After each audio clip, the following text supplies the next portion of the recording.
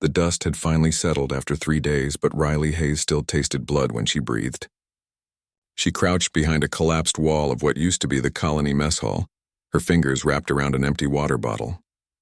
The sun beat down on the ruins of Dusthaven Mining Colony like a hammer on an anvil. Everything was gone. Everyone was gone. Riley pressed her back against the hot metal and squeezed her eyes shut. She could still hear her mother's voice from 3 nights ago, urgent and afraid. "Hide in the storage bay. Don't come out until morning." Her father had shoved a pack into her arms and kissed her forehead. "We'll come get you. I promise." They never came. When she climbed out of the underground storage the next day, the colony was empty. Buildings torn apart. Equipment smashed. Scorch marks everywhere from plasma weapons. She found blood in some places, but no bodies. That meant they took people. Raiders always took people they could sell. Riley was 15 years old and completely alone on a planet that killed anything weak. She moved through the wreckage like a ghost, searching for anything useful. Most supplies were destroyed or taken, but the raiders had missed a few things. A broken scanner that still worked if she hit it right. A thermal blanket. 3 protein bars that tasted like cardboard but would keep her alive another day. The water was the biggest problem. The colony's main supply had been drained or contaminated. She found a few sealed bottles, but they wouldn't last long in this heat. Dusthaven earned its name honestly. This whole planet was a burning wasteland with acid storms and creatures that could strip flesh from bone in minutes. Riley climbed to the top of a destroyed storage unit and looked out across the empty desert. The nearest settlement was 200 miles away. She would die before she made it halfway on foot. A shadow passed overhead, huge and fast. She dropped flat against the metal roof, her heart slamming against her ribs. The shadow circled back, and this time she saw it clearly. Wings. Massive leathery wings that caught the sun and glowed red at the edges. A long tail with spikes. Claws that could tear through steel. Draken. Riley had seen pictures in her school files. Ancient species. Warriors and legends. Most people thought they were extinct or just stories parents told to scare children into behaving. But this one was real, and it was landing right in the center of the destroyed colony. She stayed perfectly still and watched as the creature touched down. It was bigger than the transport shuttles her parents used to fly. Dark gray scales covered its body, many of them cracked or missing from old wounds. Scars ran across its chest and face. One wing had a tear in the membrane that had healed badly. The draken turned its head slowly, scanning the ruins. Then it spoke, and Riley almost screamed in surprise. "Is anyone alive here?" The voice was deep and rough, but it used the common tongue that everyone in the galaxy spoke. "I tracked the raiders to this place. If you survived, I can help." Riley's mind raced. This could be a trick. Maybe the creature worked with the raiders. Maybe it wanted to find survivors and finish the job. But something in its voice didn't sound cruel. It sounded tired. She shifted her weight slightly, trying to get a better look, and her boot scraped against the metal. The draken's head snapped toward her hiding spot instantly. Its eyes were orange like hot coals, and they locked onto her position with perfect accuracy. "I hear you, small one. Come out. I will not harm you." Riley considered running, but where would she go? She was going to die out here anyway if she stayed alone. Maybe dying fast was better than dying slow from thirst and heat. She stood up slowly, her legs shaking, and raised her hands to show she had no weapons. The draken tilted its head, studying her. Up close, she could see how old the scars were. Some looked like they came from weapons. Others looked like claw marks from creatures even bigger than this one. This was something that had survived a lot of battles. "You are very young," it said quietly, "and you are alone." Riley's throat was so dry she could barely speak. "Everyone's gone. Raiders came 3 nights ago." The draken lowered its head closer to her level. Its breath smelled like smoke and something metallic. "What is your name, young human?" "Riley." Her voice cracked. "Riley Hayes. I am called Slate." The creature reached into a pack strapped to its back leg and pulled out a metal container. It placed the container on the ground and pushed it toward her with one claw. "Drink, you need water." Riley stared at the container. This had to be a trap. Nothing in the galaxy gave away water for free, especially not to a random human child. But her lips were cracked and bleeding, and she could feel her body starting to shut down. She grabbed the container and drank. The water was warm but clean, and it was the most beautiful thing she had ever tasted. She drank half of it before forcing herself to stop and save the rest. Thank you, she whispered. Slate sat back on his haunches and wrapped his tail around his feet. You are brave, Riley Hayes. Brave to survive alone for 3 days in this wasteland. Many adults would have died by now. I'm not brave. Riley wiped her mouth with a shaking hand. I'm just lucky. Luck runs out. Slate looked toward the horizon where the sun was starting to set. I came here following the Raider clan. I was too late to stop them, but perhaps not too late to help. The nearest outpost is 5 days away by land. I can take you there. Riley looked back at the ruins of her home. Everything she knew was destroyed. Her parents were gone, probably sold to slavers by now or worse. She had no money, no family, no way to survive alone. She looked up at the dragon and made her choice. Okay, she said. I'll go with you. Slate nodded slowly. We will rest here tonight and leave at first light. The desert is more dangerous after dark. He moved toward a section of wall that still provided some shade. Come, sit near me. I will keep watch. Riley followed him and sat down with her back against the wall. Slate settled beside her, his huge body blocking the wind that was starting to pick up. Heat radiated from his scales like a furnace, but in the cooling desert night it felt good. Why are you helping me? Riley asked quietly. Slate was silent for a long moment. His orange eyes stared out at the darkening wasteland. I was the last of my clan once. Someone helped me when they did not have to. I repay that debt by helping others. Riley pulled her knees to her chest and closed her eyes. For the first time in 3 days, she felt almost safe. Tomorrow they would leave this place. Tomorrow her real journey would begin. Riley woke to the smell of cooking meat and the sound of something crackling over fire. She sat up fast, confused for a second about where she was. Then she remembered. The destroyed colony. The dragon. Everything. Slate was roasting something on a small portable burner a few feet away. He looked up when she moved. You talk in your sleep. Calling for your parents. Riley's face grew hot. Sorry. Do not apologize for grief. It is natural. He pulled the meat off the burner and divided it onto 2 metal plates. Eat. We have a long journey ahead. The food was some kind of desert lizard, tough and bland, but Riley was hungry enough that it tasted fine. While they ate, Slate organized supplies he had gathered from the ruins. Water containers. Energy cells. A medical kit. He worked with careful, precise movements despite his size. How long will it take to reach the outpost?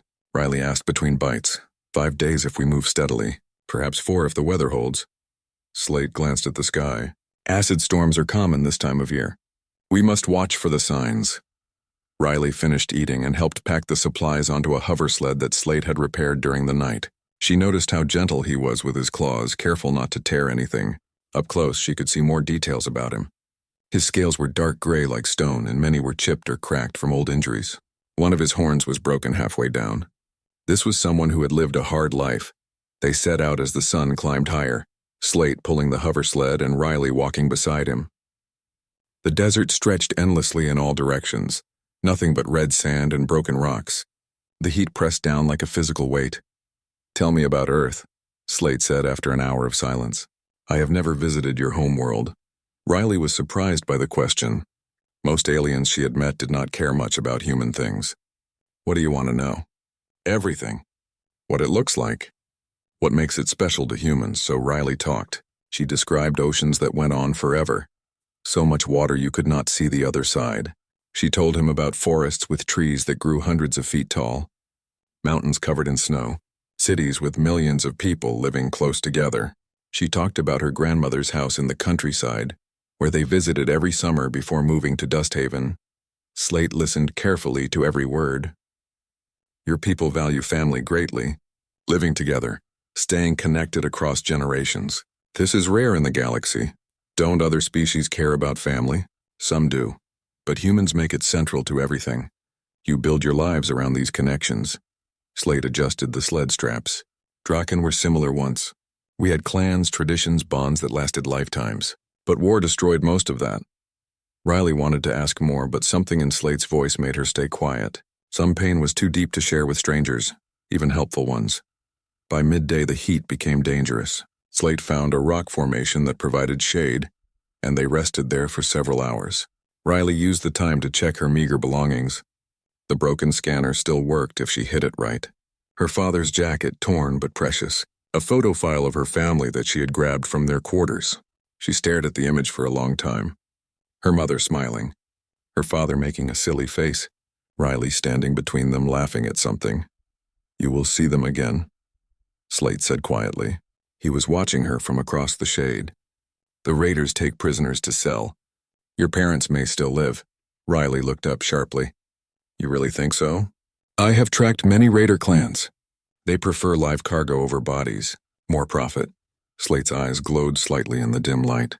"The clan that attacked your colony is called Scorch Clan. They operate from the Broken Spine Mountains 2 weeks from here." Hope flared in Riley's chest, painful and bright. "Can we go there?"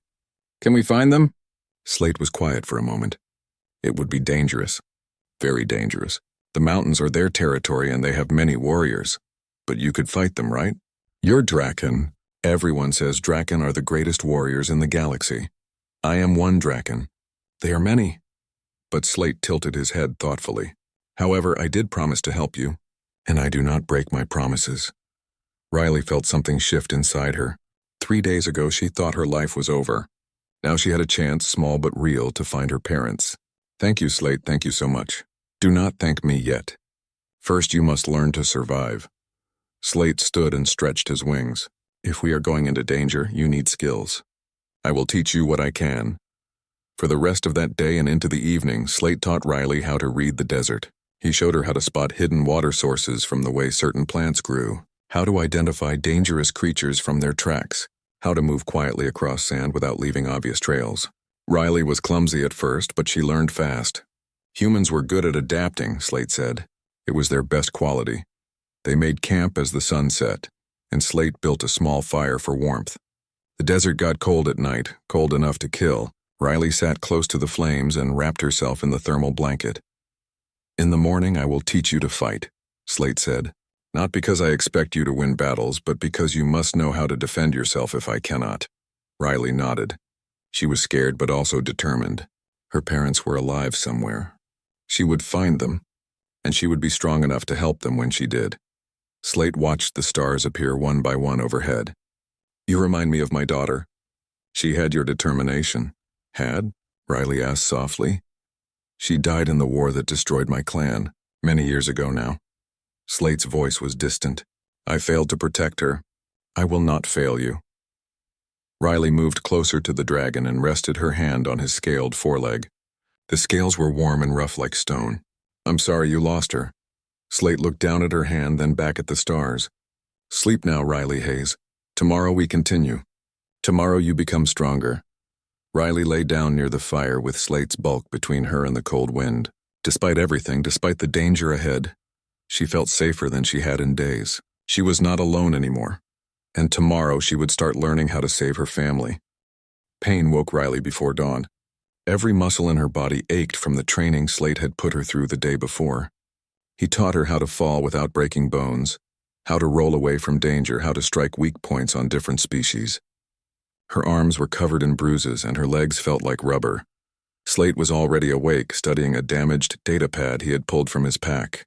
"Your body hurts. This is good. It means you are building strength." Riley groaned and sat up. "It feels like I got run over by a transport shuttle." "That pain will fade. The skills will remain."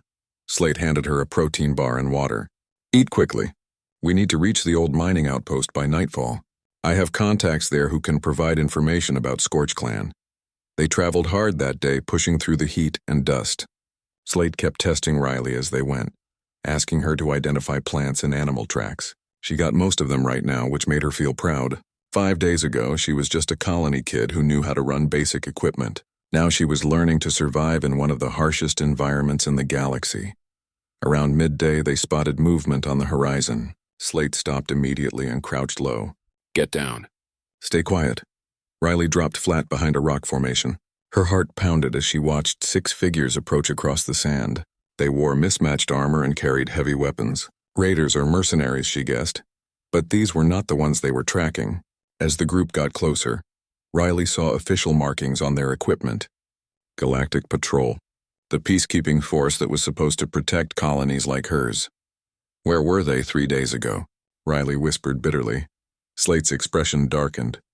The patrol responds slowly to outer rim problems by design. They prefer to focus on core worlds where wealthy species live. The patrol group changed direction and headed straight toward them.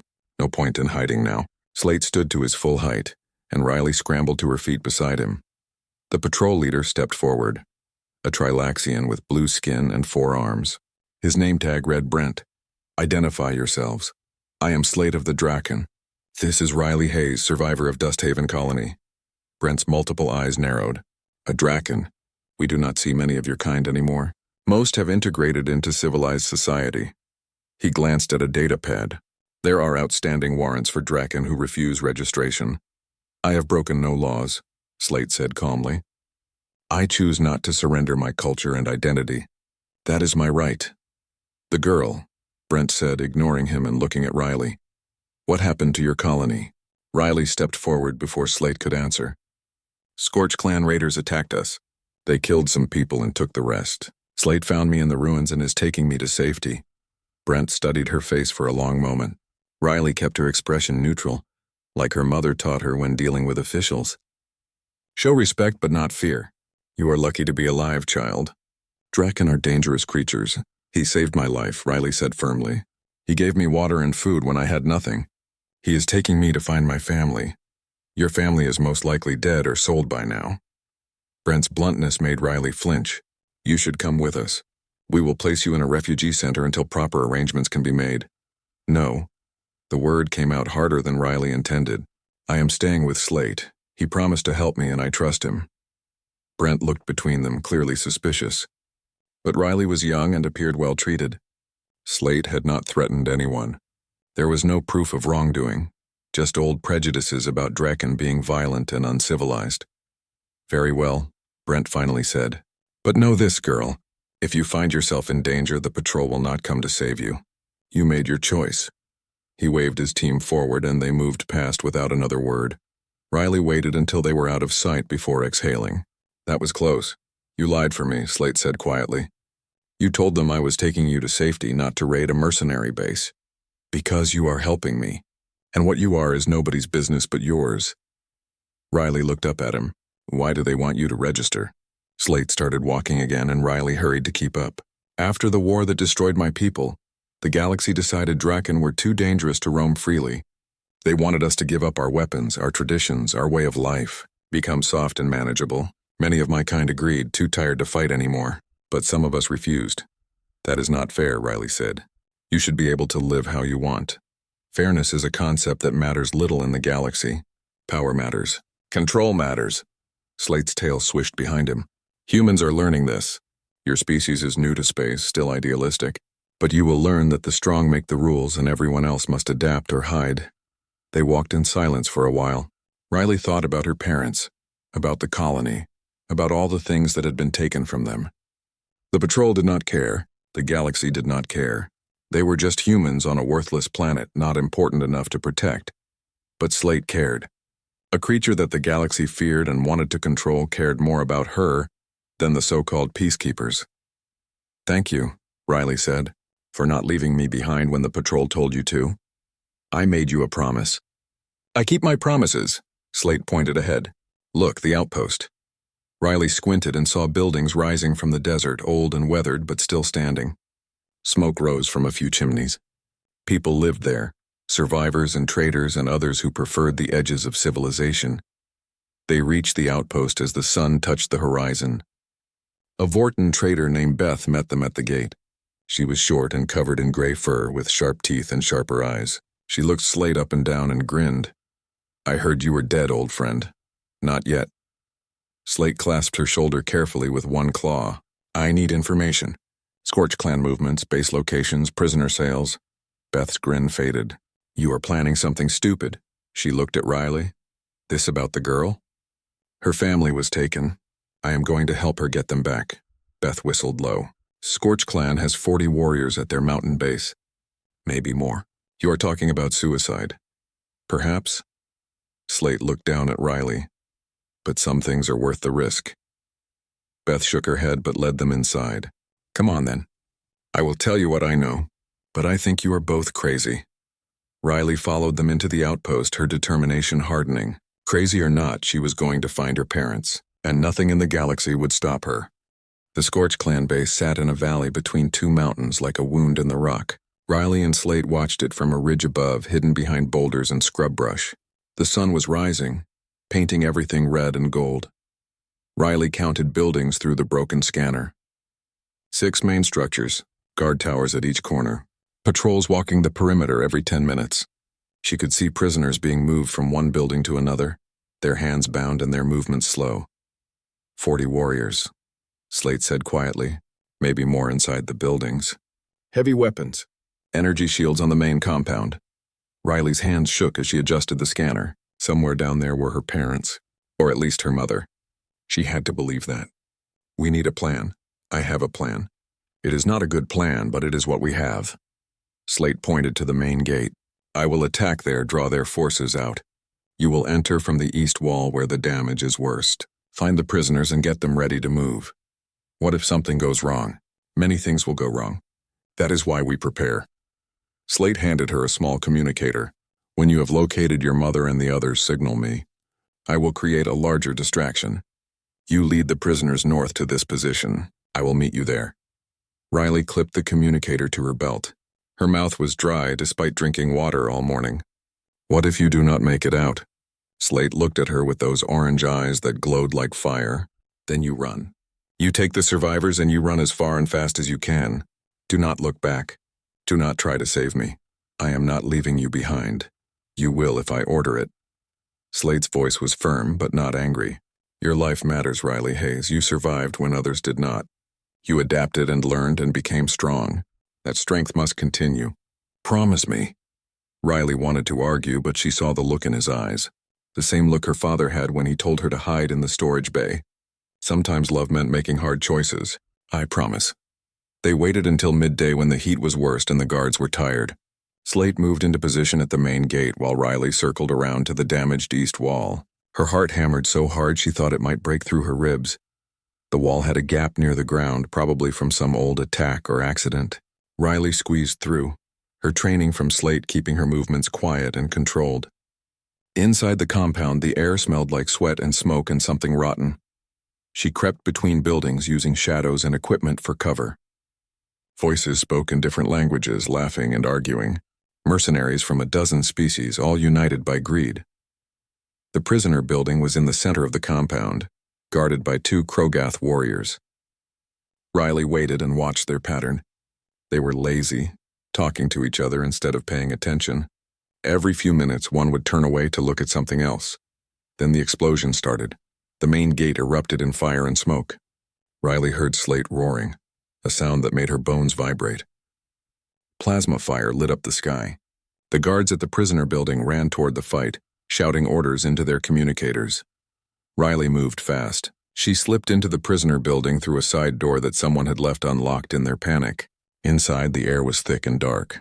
Cells lined both walls filled with beings from different worlds. I am here to help, Riley whispered urgently. Where are the humans?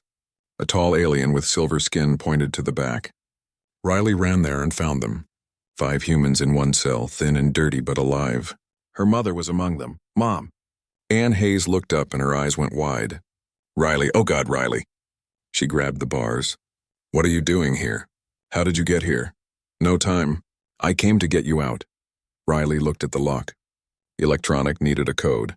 She pulled out a small tool Slate had given her and jammed it into the panel. Sparks flew and the door clicked open. The other prisoners surged forward. 2 more humans, David and Iris, a Vorton trader, a young Trilaxian who could not be more than 20. All of them desperate and scared.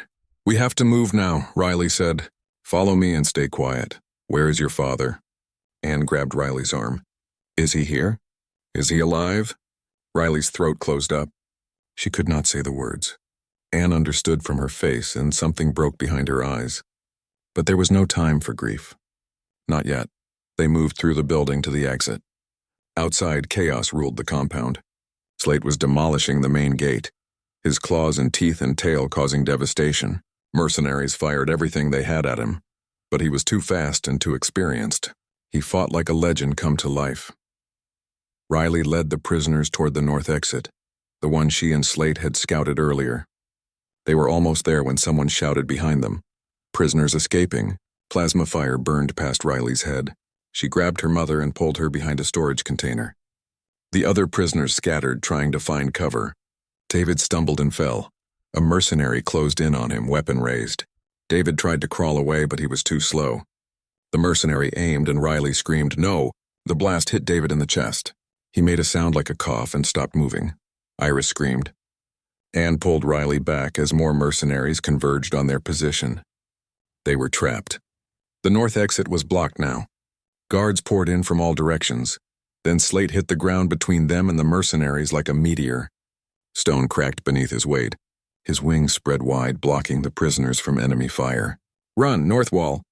Now they ran! Anne half-carried the young Trilaxian. Iris helped the Vorten. Riley led them through smoke and fire to the north wall where a hole had been blown through by Slate's earlier attack. They scrambled through. Behind them, Riley heard Slate fighting. The sound was terrible and beautiful. Ancient Draken battle cries mixed with the screams of mercenaries who had never faced something like him before. The prisoners ran into the desert. Riley kept looking back, counting heads. 4 made it through. David was gone. "1 human lost. Keep moving," Anne gasped. "Do not stop." They ran until their legs gave out, collapsing behind a rock formation a mile from the base. Riley pulled out the communicator. "Slate, we are clear. Get out of there." No response. "Just static. Slate." Riley's voice broke. "Please answer." More static. Then a voice rough and strained. "North Ridge. Come." They found him at the rendezvous point, bleeding from dozens of wounds. His left wing hung at a bad angle. One of his horns was cracked further. "But he was alive. Did you find her?" Slate asked, his voice weak. "I am here." Anne stepped forward. "You saved my daughter. You saved all of us. Thank you." Slate's eyes were starting to close. "Good. That is good." He looked at Riley. "You kept your promise. You survived. You have to survive too." Riley pressed her hands against a wound on his shoulder, trying to stop the bleeding. "We are getting you to safety. Beth's outpost. She can help. Perhaps." Slate's breathing was shallow. "Or perhaps I finally rest." "No." Riley's tears cut tracks through the dust on her face. "You promised you would help me. You are not done yet. You do not get to give up." Slate opened his eyes again and looked at her. Something like a smile crossed his scarred face. "You are fierce, small human. Like my daughter." He forced himself to stand, though it clearly hurt. "Then let us go. I have promises to keep." Anne worked to stabilize his worst injuries while Iris and the Vorten helped support his weight. Together, the group moved through the desert as the sun climbed higher. Behind them, smoke rose from the Scorch Clan base. Ahead of them, survival waited. Maybe. Riley walked beside Slate, her hand on his foreleg. "Stay with me. Please stay with me." "I will try," Slate whispered. "For you, I will try." Beth cursed in 3 languages when she saw them stumbling toward her outpost. She ran out to meet them, medical kit already in her hands. "Get him inside, now!" Together, they dragged Slate into the largest building, a storage warehouse that Beth had cleared out. He collapsed on the floor, his breathing ragged and shallow. Blood pooled beneath him, dark and thick. Anne dropped to her knees beside him, her training as a colony medic taking over. "I need clean water, bandages, anything that can seal wounds. Move!" Riley ran to help, her hands shaking as she gathered supplies. Iris and the others worked alongside her, everyone desperate to save the dragon who had saved them. "His biology is different from ours," Anne said as she worked. "But blood is blood. Organs are organs. We stop the bleeding first, then worry about everything else." They worked through the night. Anne cleaned and sealed the worst wounds while Beth provided tools and advice. Slate drifted in and out of consciousness, sometimes groaning in pain, sometimes silent and still. Riley stayed beside his head, talking to him whenever his eyes opened. She told him stories about Earth, about her grandmother's farm and the time she fell in a creek trying to catch a fish, about her father teaching her to fly shuttles when she was too young to reach the controls properly. She told him everything, hoping her voice would keep him anchored to life. "Your daughter," Slate whispered once, his voice barely audible. "What was her name?" Anne looked up from stitching a wound. "Her name was Riley, like mine." Slate's eyes focused on the girl beside him. "Riley, yes, I remember now. She had your courage. She had your protection," Riley said, squeezing his claw. "And I am still here because you did not give up. So you do not get to give up either." Days passed. Slate's wounds slowly closed, his natural healing taking over where medicine ended. Anne said Draken must have amazing regenerative abilities because a human would have died from half those injuries. But Slate was tough, built for survival. Riley barely left his side. She slept on the floor next to him, ate her meals there, kept talking even when he could not respond. Her mother tried to get her to rest properly, but Riley refused. Slate had not left her alone in the wasteland. She would not leave him alone now. On the fourth day, Slate woke fully. His orange eyes were clear and focused. I am still alive. How unfortunate for those who wanted me dead. Riley laughed and cried at the same time. You scared me. I thought you were going to die. I thought so too. Slate lifted his head carefully. Your mother is skilled. She saved my life. Anne sat down nearby, exhaustion lining her face. You saved my daughter first. We are even. She paused. I lost my husband in the raid. David died helping us escape. But Riley is alive because of you. That matters more than anything. Slate lowered his head in respect. Your husband's sacrifice will be remembered. And David's.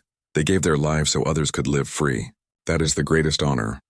Over the next few days, the group recovered together. The Vorton trader, whose name was Oscar, told stories of his merchant days. Iris talked about her dream of opening a restaurant somewhere safe. The young Trilaxian named Penn was quiet, but helped with repairs around the outpost. Beth let them stay as long as they needed, though she grumbled about supplies and space. But Riley noticed the trader had a soft heart under her tough exterior. She gave Penn extra food when she thought no one was looking. She let Oscar fix her equipment and trade for lodging. She was building a community without realizing it. One evening, Riley and Slate sat outside watching the sunset. His wounds were mostly healed now, just scars among scars. His wing would never fly quite right again, but he could still move and fight if needed. What happens now? Riley asked. Where do we go? Slate was quiet for a long moment. I do not know. I have been alone for so long, moving from place to place. No home, no purpose except survival. He looked down at her. But perhaps that can change. What do you mean? Your colony is destroyed, but the planet remains. The resources that brought humans there still exist.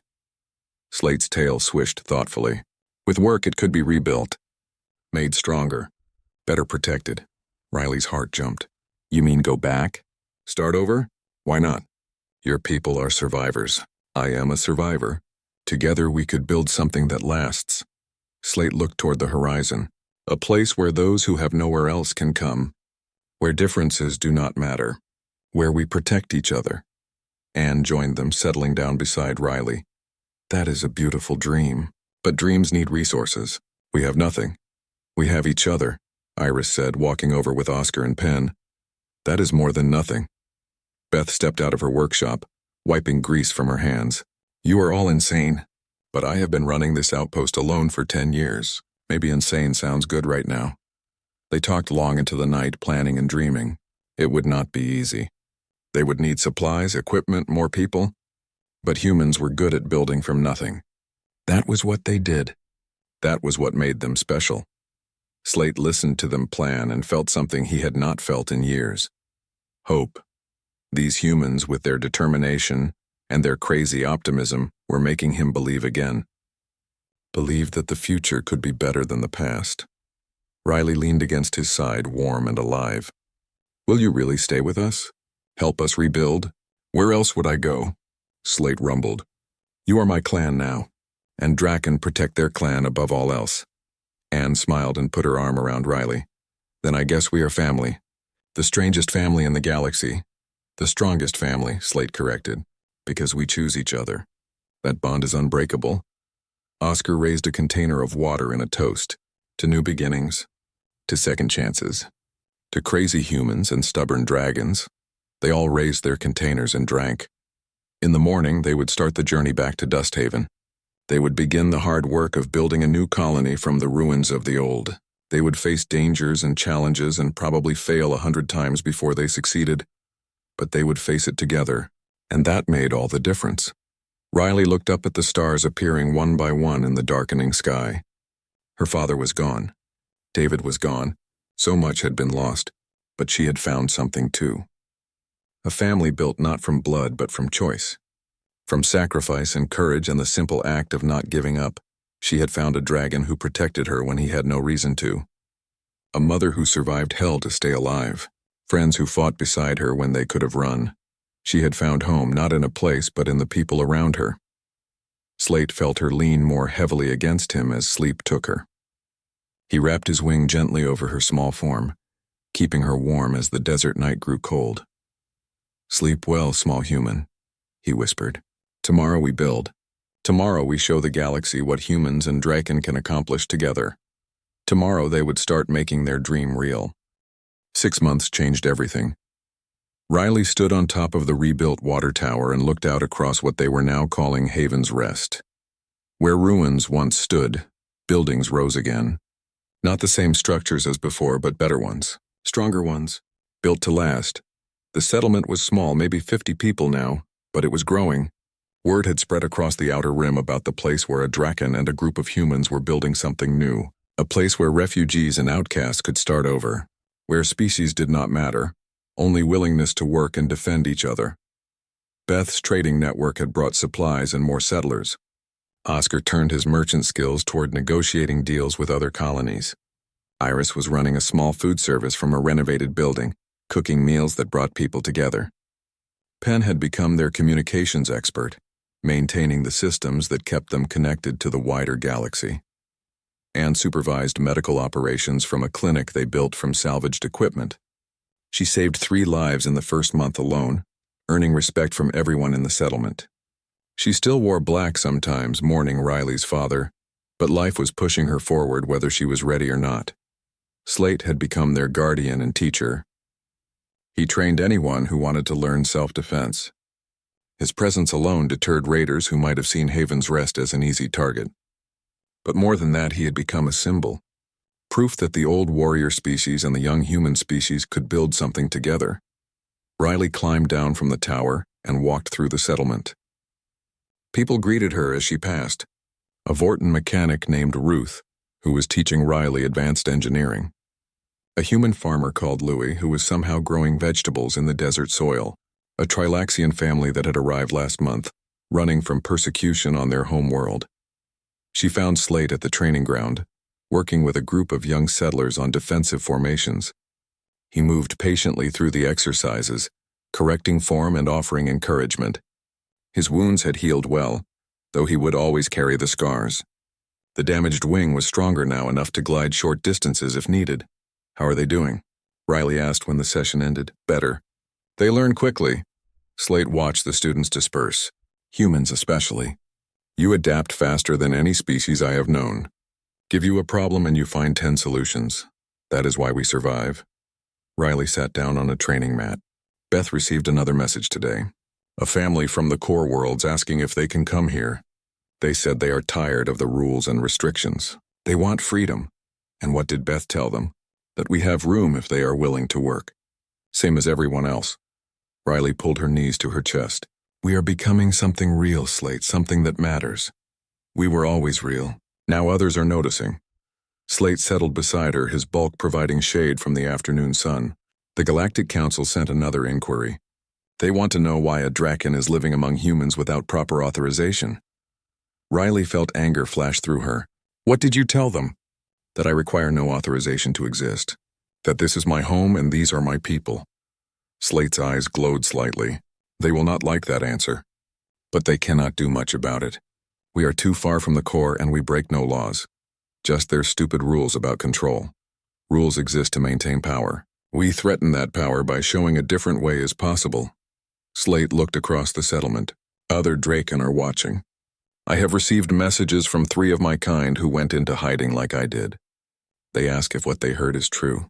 If there is really a place where we can be ourselves. Riley sat up straight. More Draken? Coming here? Perhaps.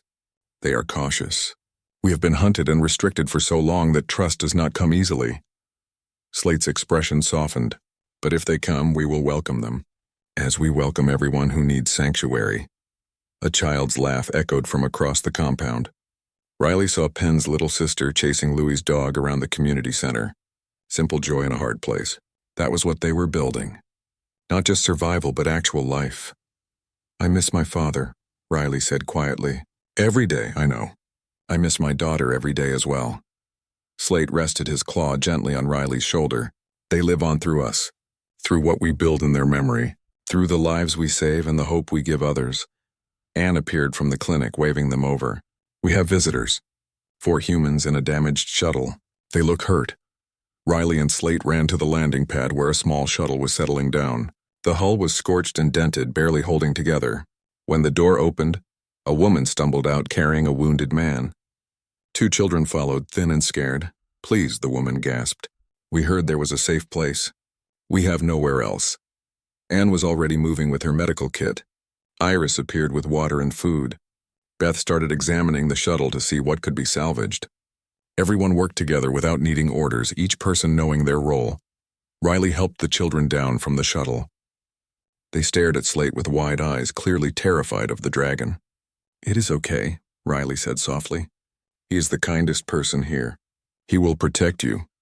Slate lowered himself to their level, making himself less intimidating. You are safe now. Welcome to Haven's Rest. Welcome home. The children relaxed slightly, sensing the truth in his words. Riley led them toward the community center where warm food waited.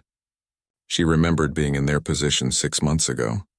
Lost and scared and certain the universe did not care if she lived or died. But she had been wrong. The universe did care. Or at least the people in it cared, and that was enough. That night, the settlement gathered for their weekly meal. 50 people from a dozen species sharing food and stories under the desert stars. Slate sat at one end, his massive form a comforting presence. Anne and Beth argued good-naturedly about supply distribution. Oscar was trying to teach Penn a complicated card game. Iris served her latest creation, some kind of stew that smelled amazing. Riley sat between her mother and Slate, surrounded by her chosen family. She thought about how far they had come. From ruins and death to this, to life and hope and community. A message alert beeped on the main communication panel. Beth checked it and smiled. We have 3 more families requesting sanctuary, and a message from someone calling himself Greywing. He says he is Draken and wants to know if the stories are true. Slate stood, his eyes bright. Tell him yes. Tell him we are building something new here, a place where old warriors can find peace and young humans can find strength. Tell him he is welcome. Beth sent the message and turned back to the group. We are going to need more housing. Then we will build it, Anne said simply. We always do. They finished their meal together as the stars wheeled overhead. In the distance, desert creatures howled, but the sounds did not frighten anyone anymore. They were safe here, protected, together. Riley leaned against Slate's side, feeling his warmth and strength. Thank you for finding me in the Wasteland. For not leaving me alone. Thank you for reminding me why I fight, Slate rumbled. For showing me that hope is not dead. That family is not only blood, that endings can become beginnings, Anne raised her cup. To Haven's Rest, to new families, to second chances. Everyone raised their cups and drank, to new families, to second chances. To the small human girl and the old dragon who found each other in the wasteland and built something beautiful from the ruins of the past. To hope, which humans carried like a torch through the darkest places. Which made them special. Which made them loved by an old warrior who thought his story was finished. His story was not finished. It was just beginning again. And this time he would not face it alone.